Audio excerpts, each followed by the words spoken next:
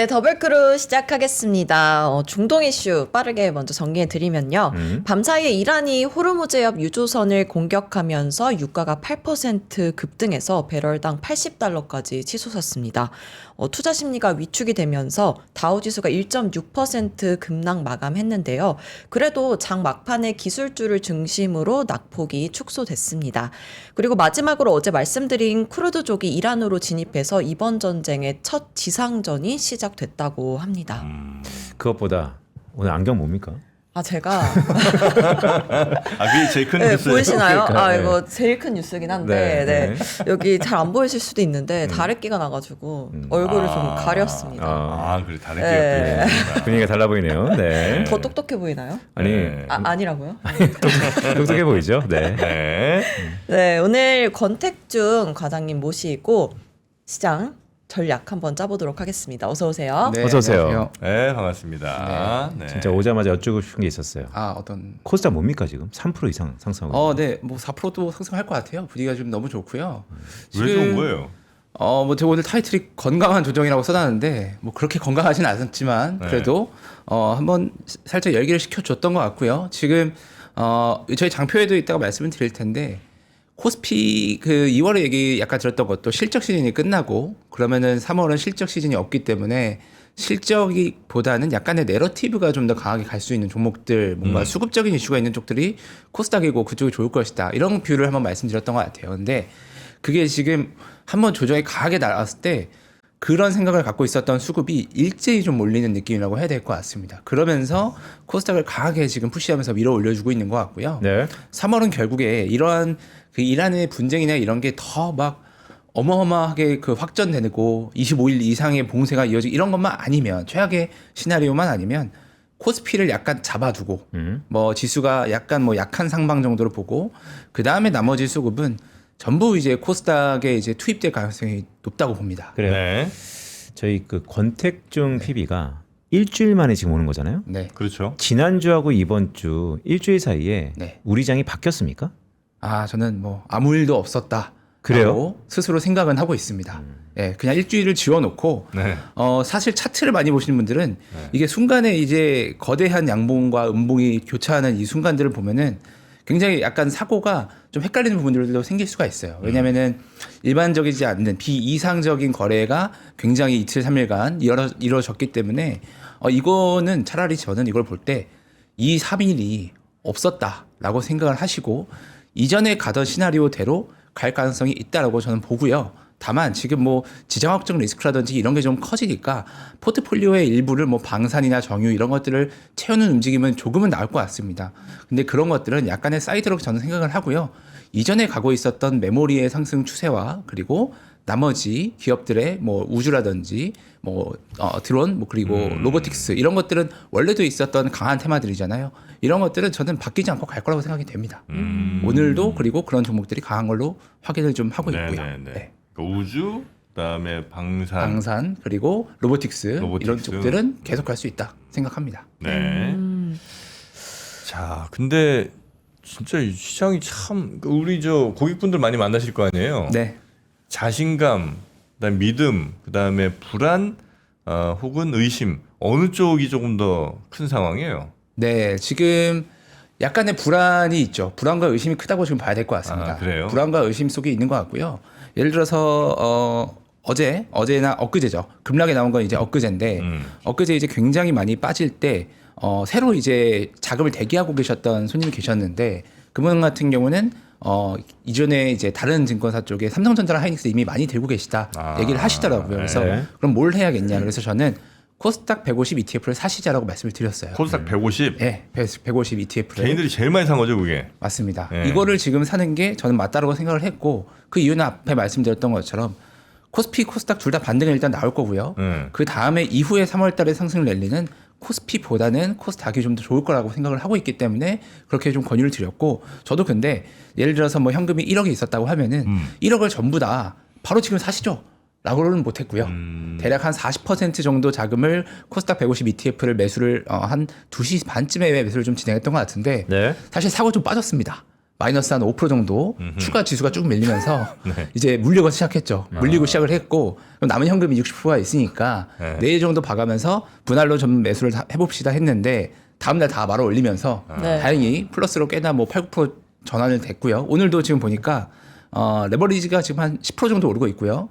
ETF 기준으로 지수는 한 4% 정도대 뭐 3, 4% 이렇게 올라가고 있는 것 같은데 이러한 흐름이 의미가 있다고 봅니다. 그래서 우리는 당분간은 코스닥에 좀 집중을 해야 된다. 이렇게 말씀드리겠습니다. 아니 지금 고객 예탁금이 120조 원을 네. 넘었다라는 얘기를 하는데 체감하세요?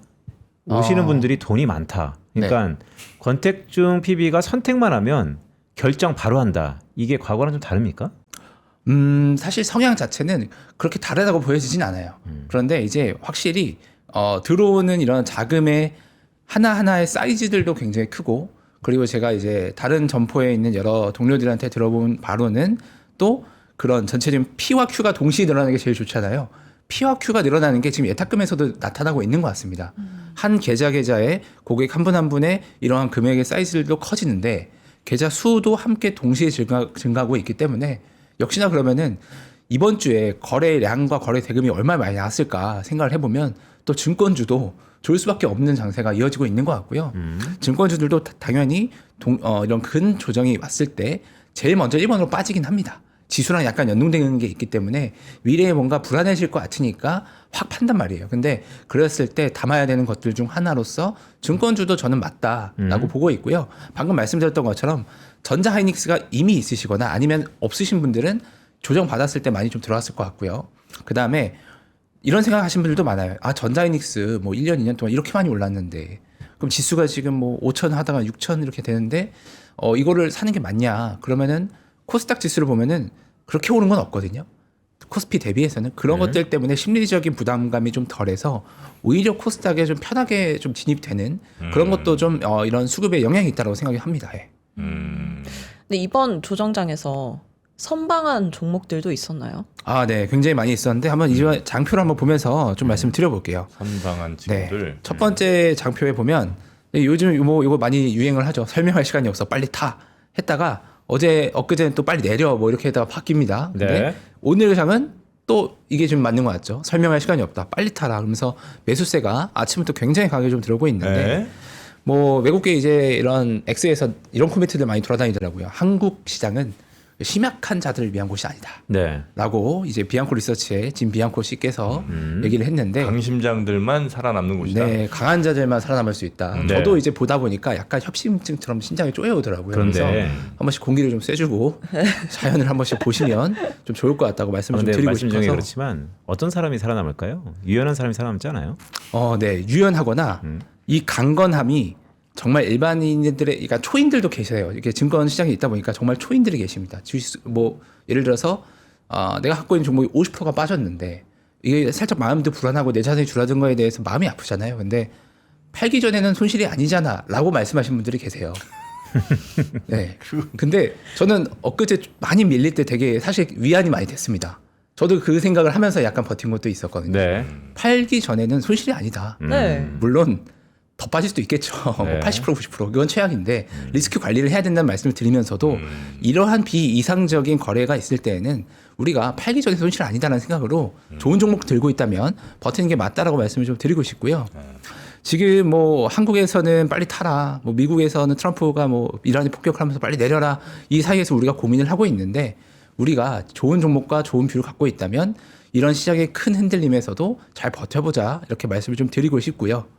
저희가 이제 그 지난주에도 이거를 갖고 왔었어요. 약간 이제 추가한 게 이제 이익 대비 시총 나누기 이익을 한 요 장표를 추가를 했는데, 전자가 제가 이제 뭔가 마음이 불안할 때는 이거를 이제 캡처를 해서 핸드폰에서 보자 말씀을 드렸었던 것 같아요. 이제 아나운서께서. 근데 이거를 또 꺼내서 봤습니다. 네.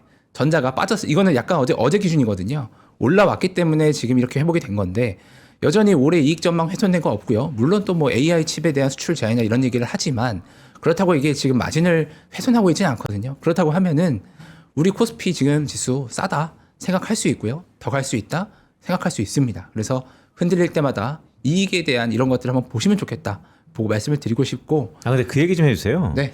그러니까 오늘 되게 중요한 게 급등락이 있었던 한 주, 네. 금요일, 네. 다음 내일 휴일 오늘은 생각보다 장은 강해요. 네. 그럼 어떻게 해야 됩니까? 갖고 있던 거를 네. 추가적으로 용기를 내야 됩니까? 아니면 아유 너무 힘들었다. 그냥 정말로 주말 동안 그냥 한테 보시자.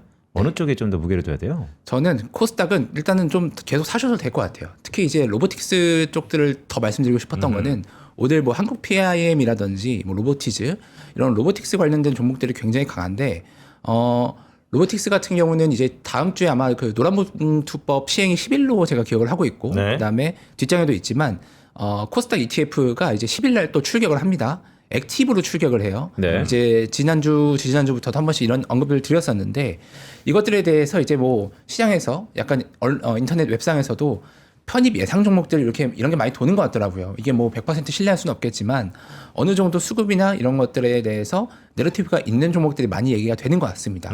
그 중에서 로봇이 과연 안 낄 수가 있을까 코스닥에서? 당연히 낄 것 같고요. 코스닥에 있는 대표적으로 뭐 로보틱스, 그다음에 뭐 우주 관련된 종목들, 그다음에 또 하나 갈 수 있다면 바이오들은 또 지금의 라이센스 아웃에 대한 실적이 있으니까 이런 것들을 깔고 종목이 구성될 것이라고 보고 있고요.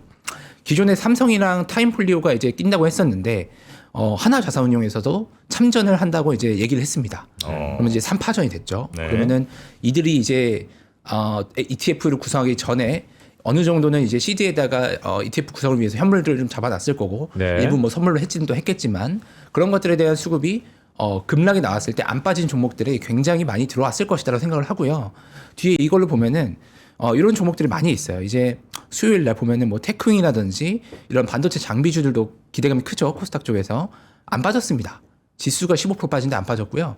다음 날 어제 같은 경우 상한가를 갔어요. 어허. 예, 이런 종목들 뭐 헥토 파이낸셜 같은 이런 스테이블 코인이라든지 이런 블록체인 관련된 종목들도 별로 안 빠졌습니다. 솔브레인, 반도체 쪽들, 소부장들 다 마찬가지죠. 우주 관련된 스피어, 그다음에 이런 코세스, 블룸에너지 향으로 연료 관련된 에너지 관련된 기대감이 있는 종목들 이런 것들이 전부 다 일제일 덜 빠진 다음에 많이 오른 종목들 이 외에도 많이 있는데 이런 것들을 한번 오늘 스크리닝을 해보면서 관심 종목을 넣어보시면 좋을 것 같고요. 이제 반도체 장비주들 얘기들을 어제 엊그제부터도 많이 하신 이유가 방금 뒤에 전에 보여드렸던 그 장표에 있다고 보거든요. 빠질 때 많이 안 빠지고 오를 때 많이 오른 종목이 좋은 종목이라고 보거든요. 그런 것들을 오늘도 그런 종목들을 잘 찾아서 우리가 관심 있게 보고 조금이라도 사보셔라 말씀을 좀 드리고 싶고요. 다만 뭐 그 신규 ETF 출시에는 항상 그 명감이 좀 있다고 보는데 ETF가 출시될 때 예를 들면 뭐 테마형 ETF 같은 경우는 시장이 좋고 그런 것들에 따라서 수요가 많이 생겼을 때 구성을 하고 출시하는 데까지 시간이 걸립니다. 뭐 금융당국의 승인도 받아야 되고 그래서 약간 그 엇박자가 날 때도 있는데 이번 ETF 같은 경우는 뭐 그런 의미의 엇박자는 아니지만 이전에 미리 이제 종목들을 담아놓기 위한 수급이 현물이 강하게 들어와서 오히려 약간 오버슈팅도 거기서 나온 게 있지 않나 생각도 들어요. 네. 그래서 신규 출시 ETF가 나오면 이것들도 관심주에 넣으시고 구성 종목들을 살펴보시고 공통 부분을 찾아서 우리가 약간 시장이 조금 흔들릴 때 분명히 좀 내릴 수도 있습니다. 그럴 때 선반영된 부분들이 나온다고 하면은 그런 것들 위주로 포트를 좀 꾸며 보셔도 좋겠다. 네. 이렇게 좀 정리를 드리고 싶습니다. 네. 구성 종목들 어디 가면 찾냐고 뭐 물어보시는 분들 계신데 그거 네. 인터넷으로 검색하면 바로 다 뭐 나오기도 네이버, 하고. 구글, AI 뭐 다 네, 나오는데 본인 ETF 네. 그 검색하면 MTS 바로 우리 네. 하나증권에서 잘 나오고 네. 그다음에 뭐 정말 내가 바로 정확히 보고 싶다 하시면 뭐 다 정확하지만 네. 각 홈페이지들이 다 있어요. 네. 삼성 네. ETF, 뭐 타임폴리오 ETF 네. 이런 데 들어가서 보셔도 네. 또 각각의 좋은 뭐 이런 UI로 꾸며놨으니까 뭐 몇 %씩 들어가 있는지가 다 정확하게 구성 나와 종목들 있습니다. 나와 네, 있죠. 그런 것들을 살펴보시는 게 네. 이번 코스닥 장세가 랠리가 좀 더 이어진다면 거기서 뭔가 알파의 차이가 날 것 같습니다. 그래도 또 이 방송을 보시는 분들은 혜택을 그냥 네. 전화하면 알려주세요. 그거는 누구한테요? 제가 또 매일 보고 있기 선택증 때문에 거잖아. 네, 저한테 전화 주시면은 전화 돼요? 어떻게 전화는 전화요? 조만간 아마 뭐 열릴지 모르겠습니다만 날짜 확정된 건 아닌데 뭐 네. 세미나가 네. 열릴 수도 있고요. 저희 네. 오프라인에서 그다음에 제가 지금 뭐 프로필이 나갈 텐데 권택중 과장 네 역삼에 지금 제가 위치해 있는데 연락을 주시면 뭐 통해서 연락 주셔도 좋고 그러면은 제가 번호 한번 까보세요. 그 종목들에 대해서 몇 번이에요, 010 010 36까지만 네, 말씀드리고 스팸이 혹시 날까 네. 네, 그래서 네, 그래요? 거기다가 드리면 좋겠습니다. 아, 우리 정 프로님의 이 화려한 기술에 그래도 이성을 잃지 않네요. 그러니까요. 저는 약간 갖고 다니는 하실 줄 알았어요. 네. 나올 줄 알았는데 안 나오네. 중번도까지 나올 뻔했습니다. 네. 아, 그리고 또 하나 질문 드릴 게 오픈 AI랑 구글이 네. 한국에 데이터 센터를 짓겠다고 나서고 있잖아요. 네. 이게 국내 증시에 큰 영향을 끼칠까요? 네. 이거는 어떤 것들을 보면 좋겠냐면 일단은 그 데이터 센터 관련된 인프라 구축을 위해서 필요한 종목들을 쭉 보시면 좋을 것 같은데 1번으로 제가 보고 있는 거는 이런 연료를 좀 공급할 수 있는 종목들을 보는 게 좋을 것 같습니다. 즉 전력 관련된 종목들을 보자 말씀을 좀 드리고 싶고요. 그래서 그런 쪽에 있는 종목들을 방금 말씀드렸던 것처럼 ETF에서 분명 편입이 들어갈 것으로 생각이 좀 드는데 여기에 있는 종목들 뭐 예를 들어서 GNC 에너지 이런 것들도 시장에서 언급이 좀 되는 것 같고 네. 이것들을 한번 담아 보시면 이런 데이터 센터가 한국에 지어지기 시작했던 거는 꽤나 의미가 있는 것 같고요. 그래서 그런 종목들 한번 살펴보시면 좋을 것 같습니다. 테크윙. 예전에 저 왜 샀는지 내가 샀었었는데. 지금도 갖고 계세요? 지금 없죠. 한 4, 5년 전쯤에. 음. 저희 뭐 하는 회사였죠? 네, 여기 이제 제가 간략하게도 설명을 해드렸는데 네. 우리의 그 메모리 지금의 장을 만들어준 이 HBM 메모리죠. 첫 번째로 갔던 게 네. 이것들을 검사하는 장비를 만드는 회사입니다. 장비의 제품 반도체 이름은 검사 장비. 네, 큐브 프로버라는 이름의 장비인데 소부장에서 그 장이죠. 근데 이제 보면은 지난해에는 삼성전자 쪽으로 공시가 났고요. 네. 올해는 마이크론 쪽으로 공시가 났습니다. 제가 이제 2월 4일째 공시난 요거를 캡처해서 지금 화면에 띄워드렸고 기사상으로는 SK 하이닉스 향으로 퀄 테스트를 통과했다는 내용들도 최근에 났었죠. 공시가 아직 나진 않았습니다. 근데 그러면은 반도체 메모리 빅3라고 할 수 있는 전자, 하이닉스, 마이크론을 모두 장비를 납품하는 회사가 곧 될 것이다. 확정적으로 라고 볼 수 있는 거고요. 네. 그렇기 때문에 급락에도 안 빠졌고 지수 올라갈 때는 2배로 오르고 오늘도 플러스 나고 있는 것 같습니다. 예, 그래서 이런 종목들 장비 종목들도 당연히 보시면 좋을 것 같고요. 이게 이제 아까 이제 코스닥 관련된 얘기를 쭉 드렸는데 코스닥에는 보통 이제 메모리 업체들은 뭐 코스피에 있으니까 나머지는 소부장들이 대부분이거든요. 반도체 쪽을 본다 하면 그러면은 소부장 쪽들 바이오 일부 뭐 로보틱스 이런 식으로 우주 거의 여기서 그런 포트폴리오가 확정이 될 것 같고요.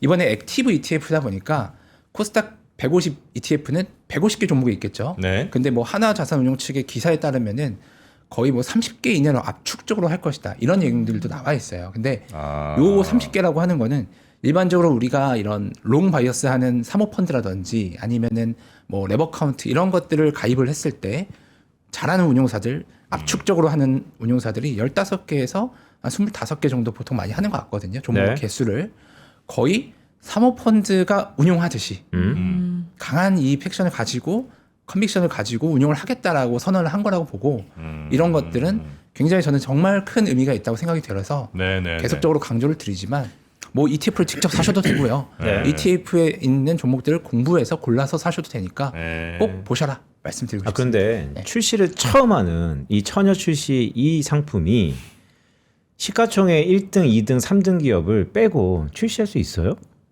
가능합니다. 아 그래요? 왜냐하면 이전에는 우리가 액티브 ETF들이 있었는데 지수를 한 70% 정도 추종하게 이제 그런 규정상이 있었습니다. 그렇기 때문에 지금 뭐 우리가 뭐 MTS나 HATS, 코스닥, 네이버에 상위 종목 치면은 뭐 쭉 나오죠. 네. 이것들을 최소 어느 정도는 가져가 줘야 지수를 복제할 수가 있습니다. 한 70% 수준의 상관관계로 그래야 규정을 위반하지 않고 ETF를 운용할 수 있는 건데 그게 규정이 되면은 지수를 추종할 필요가 없어져요. 지수가 올랐을 때나 내렸을 때나 우리가 이걸 전혀 따라갈 팔로우할 이유가 없기 때문에 딱 이 매니저 그 하우스가 봤을 때 좋은 종목들만 골라서 편입을 할 수가 있다는 거고 미국은 원래는 그게 다 됩니다. 미국은 액티브 ETF들이 지수를 따라갈 필요가 없어요. 그래서 정말 액티브하게 우리가 뭐 알고 있는 뭐 한때 많이 가입을 또 거래를 하셨던 뭐 아크라든지 이런 데들이 대부분 액티브 형태죠. 네. 좋은 종목들만 딱 골라서 가져가지 않습니까? 그런데 우리나라도 이제 그렇게 갈 수 있는 길이 올해 이제 1월 달부터 이런 내용들이 많이 당국에서 얘기가 되었었고요. 그러면서 그 일환으로 액티브가 지금 나온다라고 보시면 될 것 같습니다. 네. 자, 이제 오늘 또 코스닥이 약간 3점 몇 프로까지 가다가 지금 네. 한 1.8%. 네. 예, 진짜 이거 계속 보고 있으면 뭔가 집중해서 뭐 딴 일은 못 할 것 같습니다. 그러니까요. 네. 숫자가 계속 움직여가지고. 이렇게 변동이 크나. 네. 그러나 뭐 조금만 더 길게 보자면 굉장히 코스닥은 지금 좋게 보고 계시는 거고 이건 뭐 거의 증권사들이 대체로 비슷하게 보고 계시는 거죠? 네, 코스닥 네, 150. 거의 뭐 대부분 뷰는 비슷하고요. 네, 네, 네. 변동성이 클 때는 저는 이제 가끔 그냥 책을 핍니다. 네, 어제도 책을 폈는데 어떤 이 얘기는 책을 지난주에도 했던 펴세요? 것 같기도 한데 이런 것도 보고 이익단도 보다가 네. 이 변동성에 우리가 사실 녹아날 필요는 또 없다고 봐요. 이게 네. 과민 대응을 했을 때 과연 우리가 이성적으로 정말 기계적으로 지금의 변곡점에서 샀다 팔았다를 하면서 수익을 챙길 수 있느냐.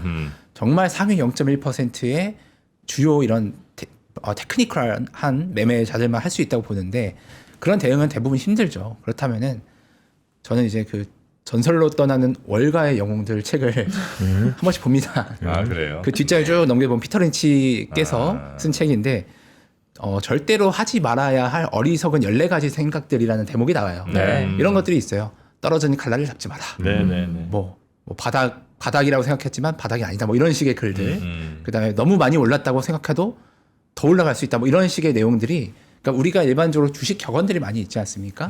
그 이제 14개들을 이제 쭉 책의 내용을 정리해 놨는데 그런 것들을 보면서 약간 마음을 좀 다스리기도 하고요. 네. 우리가 너무 이 변동성이 클 때 같이 뭔가 변동성 크게 막 정신없게 움직이지 말자. 그 말씀을 좀 드리면서 마무리를 좀 드리고 싶습니다. 네. 마지막엔 심신 안정인 안정을. 줄 알았어요. 아, 그런 말로 우리가 네. 좀 마음을 좀 안정할 수 있다면 얼마나 좋겠습니까? 안 되더라고 나는. 네. 여튼 그렇게 이제 네. 마인드 컨트롤 하시고 네. 우리 시청자분들도 그렇게 투자에 관한 여러 좋은 이야기들 좀 들으시면서 이렇게 막 미친 듯이 널뛸 때는 조금 본인이 무게중심 잡으면서 차분하게 가실 필요는 좀 있는 것 같습니다. 자, 그러면 오늘은 요 정도 네. 네. 하고 마무리하면 어떨까 싶습니다. 권택중 과장님. 네. 괜찮을까요? 그러면은 다음 주에 왔을 때는 좀 더 올라 있길 네. 바라고 6자를 또 다시 만들어 주기를 바라면서 이제 다음 주에 저는 인사드리고 뵙겠습니다. 알겠습니다. 네. 자, 권택중 과장님 대단히 고맙습니다. 네, 감사합니다. 고맙습니다.